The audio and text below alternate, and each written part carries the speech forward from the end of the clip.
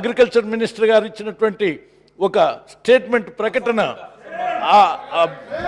బాధాకరమైనటువంటి విషయం. ఈ విషయం పైన ఆ తర్వాత అందుకనే బడ్జెట్ పైన వదిలేసి ఈ అడ్జర్న్మెంట్ మోషన్ అంగీకరించాలి, లేకుంటే వెంటనే ఒక గంట సేపు చర్చ చేయడానికి అవకాశం ఇచ్చి ఆ సబ్జెక్టు పూర్తయిన తర్వాత బడ్జెట్ పైకి పోవడానికి అవకాశం ఇవ్వని కోరుతున్నాను అధ్యక్ష.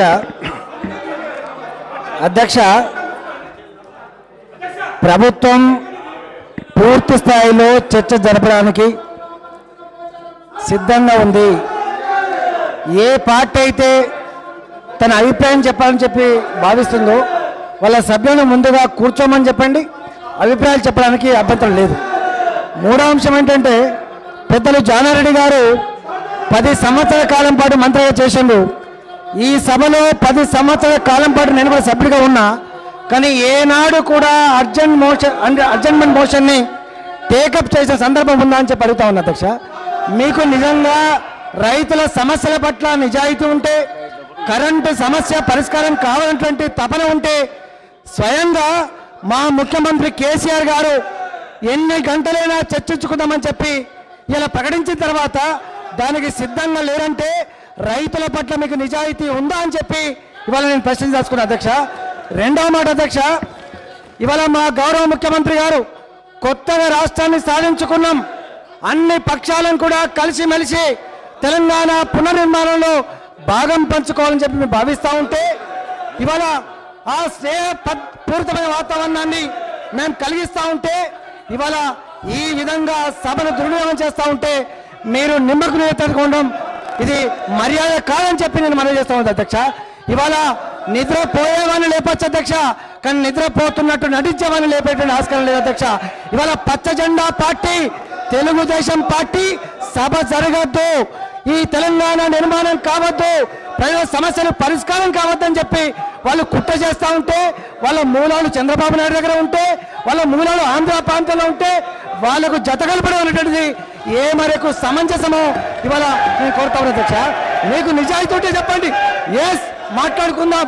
1984 నుంచి వెళ్ళి 2013 వరకు కూడా 25,000 రైతుల ఆత్మహత్య కారణం కాంగ్రెస్ పార్టీ కాదని చెప్పి అడుగుతా ఉన్నా, ఇవాళ తెలుగుదేశం పార్టీ కాదని చెప్పి అడుగుతా ఉన్నా అధ్యక్ష. కరెంటు కష్టాల కారణమేడో తేల్చుకుందాం రా.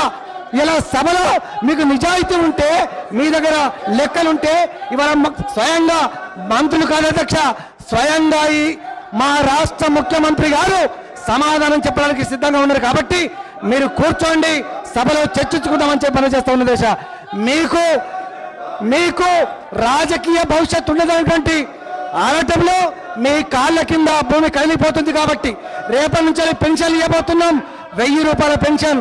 ప్రజాక్షేత్రంలో మీకు బొమ్మ పెడతారు కాబట్టి మా పెన్షన్లు అమలు కావద్దని చెప్పి కోరుకుంటాను. ఇవాళ రైతుల పంటల గిట్టుబాటు ధర రావద్దని కోరుకుంటాను. రేపు 3,00,000 రూపాయలతోటి ఇల్లు కట్టద్దని కోరుకుంటాను. రేపటి నుంచి వెళ్ళి మా ఎస్సీలకు, ఎస్టీలకు, మా మైనార్టీలకు 51,000 రూపాయలు చొప్పున కళ్యాణ లక్ష్మి రావద్దని కోరుకుంటాను. మీరు అభివృద్ధి నియోజకులు మాత్రమే తప్ప మీరు అభివృద్ధి కాముకులు కాదు. ఇప్పటి వరకు ముంచింది సాలు, మీరు ఇప్పటి వరకు వేధించింది సాలు, మీరు తెలంగాణపై ఉసురు పోసుకుంటారు. మీరు కూర్చోండి, తెలంగాణ నిర్మాణం కోసం మనం పనిచేసుకుందామని చెప్పి ఈ సందర్భం మనవి చేస్తున్న అధ్యక్ష. స్పీకర్ గారికి అధ్యక్ష, మీరు వాళ్ళు మాట్లాడాలని కనుక అనుకుంటే వాళ్ళ సీట్లో కూర్చోమని చెప్పండి. ఎన్ని గంటలైనా బడ్జెట్ మీద చర్చించుకుందాం. ఈ సమస్య ఆ సమస్య కాదు, 100 సమస్యలుంటూ కూడా చర్చించే ప్రయత్నం చేద్దామని చెప్పి నేను మనం చేస్తాను అధ్యక్ష. రైతులు ఆత్మహత్య చేసుకుంటున్నారంటే వాళ్ళకి హిస్టీరియా రోగం వచ్చిందని మాట్లాడినటువంటి చరిత్ర మీది. అట్లా చెప్పాలంటే నేను గంట సేపు చెప్పగలుగుతా. అయితే నేను దాంట్లోకి వెళ్ళదలుచుకోలేదు అధ్యక్ష. నా ఆలోచన, మా ప్రభుత్వ ఆలోచన సభ జరగాలని కోరుకుంటున్నాం. నేను చాలా విషయాలు చెప్పడానికి సిద్ధంగా ఉంది ప్రభుత్వం, కానీ నేను ఆ విషయాలు